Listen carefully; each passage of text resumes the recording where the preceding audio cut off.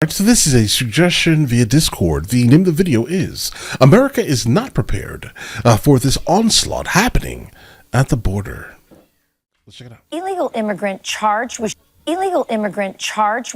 two NYPD officers at point-blank range is indicted on 20 charges.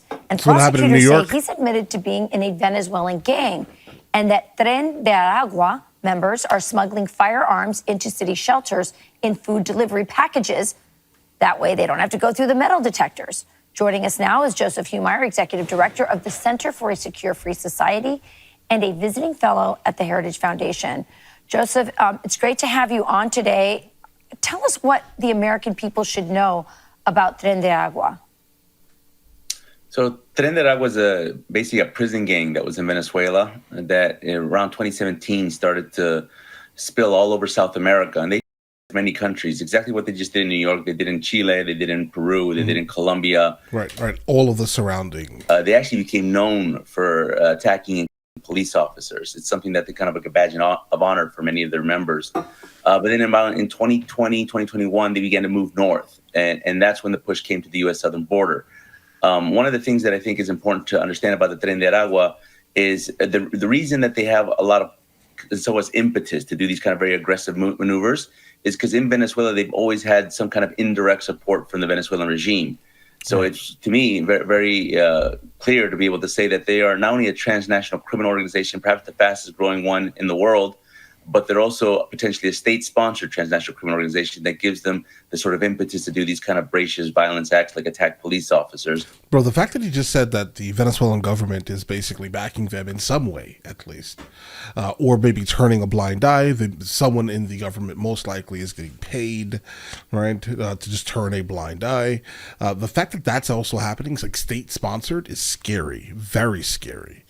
And that's coming here to the cities of the United States. So you said they started moving north around 2021.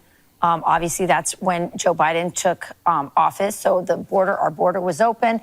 They were able to make their way up. I've always wondered this, and we've talked about this on the show before. I mean, Donald Trump talked about the prisons being opened in Venezuela in particular, and then being emptied, and these gang members coming out. Our intel had to know that that was happening, correct? Yes. I mean, when President Trump said that, oftentimes, like many times before, the media ridiculed them. They said that that's not true. That's an exaggeration. They looked at it like a conspiracy theory. But if you had been paying attention to Venezuela, like I do, like my center does, it was obvious. The prisoners have been controlling the Venezuelan prisons since about 2009. They actually gave over the prisons to the prisoners in a system where the prisoners are the wardens. It's called pranatos. And so that whole system collapsed, and basically all the prisoners started fleeing out of the country, much like many Venezuelans. Right. And then they started to push north. And so that information was obviously available to the U.S. intelligence services.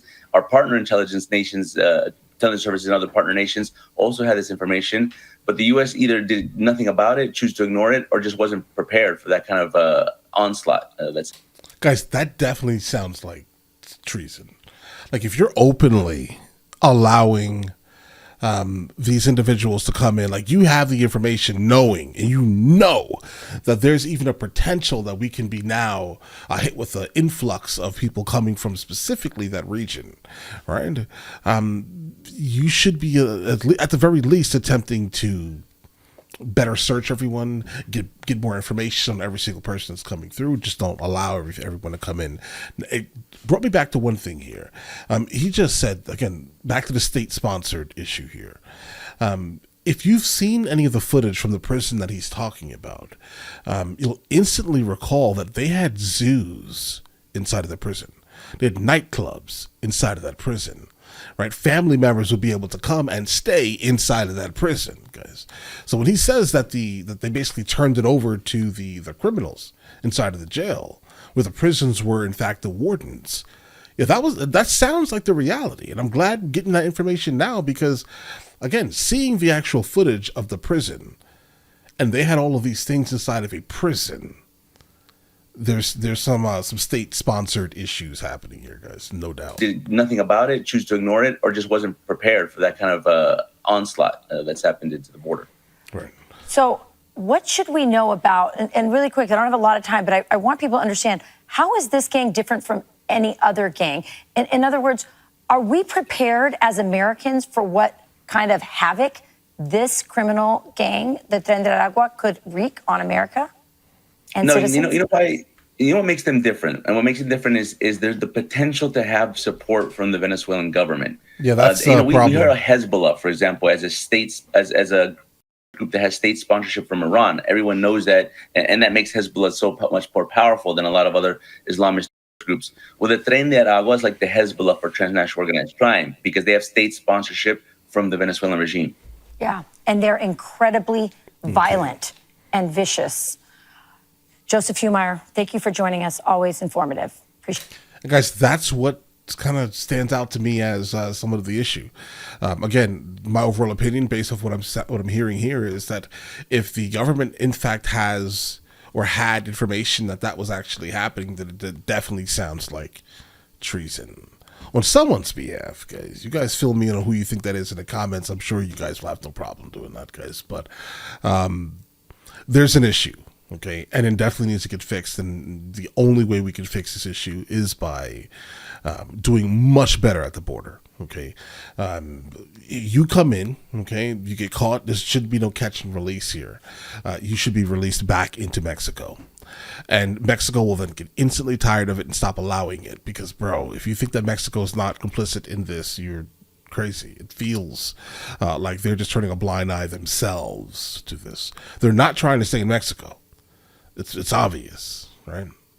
But they are, in fact, allowing them to travel basically freely through their country to our border, right? But listen, you guys all have an absolutely amazing day. Enjoy your day thoroughly. Guys, before we go, are you guys subscribed to the other channels? Logical Movie Reviews with Mr. L. Boyd along with Mr. L. Boyd Music. Both are found in the description. Check it out.